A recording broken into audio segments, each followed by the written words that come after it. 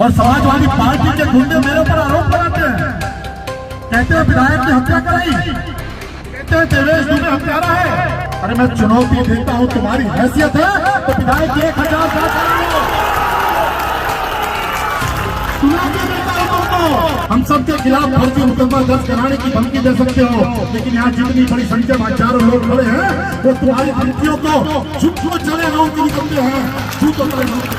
प्रशासन एक तरफा कार्रवाई कर रहा है। अभी तक प्रेम यादव के पत्नी का तहरीर नहीं लिया गया, अभी तक मुकदमा नहीं लिखा गया। एक तरफा कार्रवाई हो रही है और सदर विधायक सलमणि त्रिपाठी के दबाव में ये सारी कार्रवाई हो रही है। और जो उन्होंने कहा कि मेरे कार्यकर्ता समाजवादियों को रौंद देंगे अगर मोदी जी का टिकट योगी जी का नाम न रहे तो सलमणि त्रिपाठी गांव के प्रधान नहीं होंगे। इनकी क्या हैसियत है?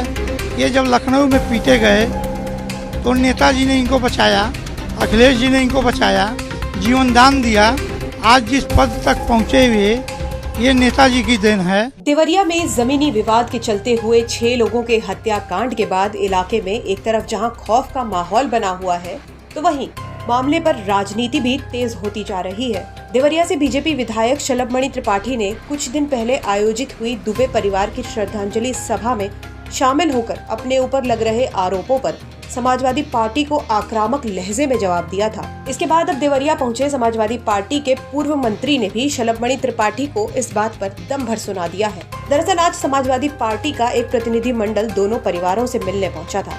इस प्रतिनिधि मंडल में आए समाजवादी पार्टी के पूर्व मंत्री ने मामले को लेकर कहा कि शलभमणि त्रिपाठी के दबाव में इस केस पर एक तरफा कार्रवाई हो रही है। माननीय राष्ट्रीय अध्यक्ष जी के निर्देशानुसार प्रतिनिधिमंडल प्रेम यादव जी के घर और दुबे जी के घर जांच के लिए जा रहा है और हम लोग जांच रिपोर्ट हम लोग राष्ट्रीय अध्यक्ष जी को प्रस्तुत करेंगे। तो सर जिस प्रकार से कल यहाँ पर नपाई हुई, सारे आला अधिकारी यहाँ पहुंचे हुए थे, सारी नपाई के बाद जो है परिवार का ये आरोप है कि ये जो नपाई हुई है वो निष्पक्ष नहीं हुई है, ये दबाव में हुई है। देखिए प्रशासन एक तरफा कार्रवाई कर रहा है।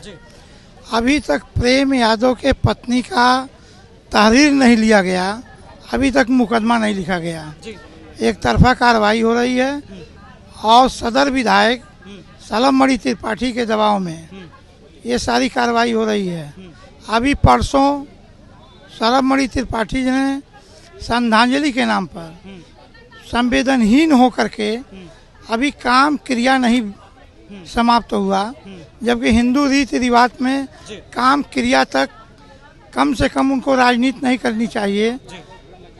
सत्य प्रकाश दुबे जी के लड़के को मंच पर बुला करके और उन्होंने अपनी राजनीतिक रोटी सेकना चाहा।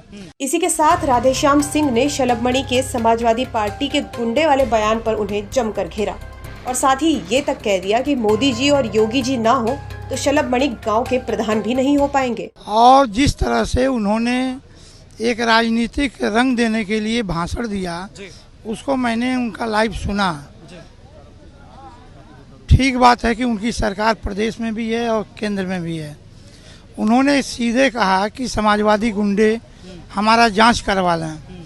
हम लोग न प्रदेश में हैं न केंद्र में हैं, हम लोग जांच नहीं करवा सकते। लेकिन अगर उनको बहुत अहंकार है अपने राजनीति का तो इस पूरे मामले की सीबीआई जांच करवा दें या न्यायिक जांच करवा दें। और जो उन्होंने कहा कि मेरे कार्यकर्ता समाजवादियों को रौंद देंगे अगर मोदी जी का टिकट योगी जी का नाम न रहे तो सलमणि त्रिपाठी गांव के प्रधान नहीं होंगे। तो जिस प्रकार से यहाँ पर समाजवादी पार्टी और देखा जाए शिवपाल सिंह यादव और यहाँ के जो विधायक हैं शलभमणि त्रिपाठी, दोनों के बीच जो ट्विटर वॉर कल चला था, दोनों के बीच जो हैसियत की बात की गई थी, उस पर क्या कहेंगे? अब इनकी क्या हैसियत है? ये जब लखनऊ में पीटे गए तो नेताजी ने इनको बचाया, अखिलेश जी ने इनको बचाया, जीवन दान दिया। आज जिस पद तक पहुँचे हुए ये नेताजी की देन है। ये लोग भूल जाने का काम करते हैं। बता दें कि देवरिया में 2 अक्टूबर को जमीनी विवाद के चलते 6 लोगों की हत्या कर दी गई थी। आरोप है कि प्रेमचंद यादव की हत्या के बाद सत्यप्रकाश दुबे के परिवार की भी बेरहमी से हत्या कर दी गई। इस पूरे मामले में पुलिस जांच कर रही है। अब पुलिस क्या नया खुलासा इस मामले पर करती है, ये देखने वाली बात होगी। देवरिया से गौरव कुमार पांडे की रिपोर्ट। यूपी तक।